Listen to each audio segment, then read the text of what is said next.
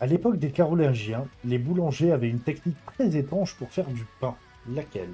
Est-ce que c'est par rapport à un ingrédient particulier? Non. Donc non, il n'y avait pas de sperme. Une façon de faire du coup, hein. C'est une technique. Utiliser leur roule, leur bite comme rouleau. J'avais pas eu cette idée, mais ça aurait été cool. C'est pas le cas. Ils le cuisaient sous terre? Non. Avec la partie génitale masculine, hein. Pas de partie génitale, ni masculine ni féminine. Les seins peut-être. Les seins? Non. Ça n'a rien à Les voir avec les fesses. seins. Pas à voir avec les fesses? Oui. Et ils s'asseyaient sur la pâte pour la pétrir avec leur cul. Les miches de la boulangère? Oui, oui, oui. Je vais te le valider. C'est de faire du pain au poil, hein, non? Ouais, attends, non, ça faisait pas du pain au poil. Parce que, je te le valide, mais c'est pas totalement ça. Il ne s'asseyait pas sur la pâte pour la pétrir, mais il pétrissait la pâte sur des fesses. Surnommé le pain à la croupe, le pain était pétri sur les fesses de jeunes garçons, d'où il n'y avait pas trop de poils. D'accord, oui, effectivement. La pâte était pétrie sur les fesses de jeunes garçons, croyant que ça la rendait plus souple et le pain plus léger. C'était considéré comme une superstition. Par contre, je pense que c'était autre chose qu'une superstition, bien entendu. Ouais, c'est bizarre, ouais. Le fait d'aller pétrir de la pâte sur le cul de jeunes garçons. Il y avait la version Merci femme ou beaucoup. pas. Alors non, c'était vraiment... Des garçons.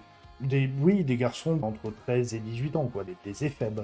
Le chevalier qui demande à l'écuyer de faire du pain, exactement. L'écuyer, il n'avait pas trop le choix. Il devait accepter, si tu voulais que le pain soit bon, bah, il fallait que tu donnes ton cul, quoi. En gros, c'est ça. Hein. Juste la légende d'un boulanger fétichiste, mais c'est ce que je me suis dit. Je me suis dit, c'est vraiment juste une légende urbaine à la con. Et non, finalement, non. C'était le... Comment ils appelaient ça? Le pain à la croupe. Et encore, vous avez pas vu le pâté en croupe?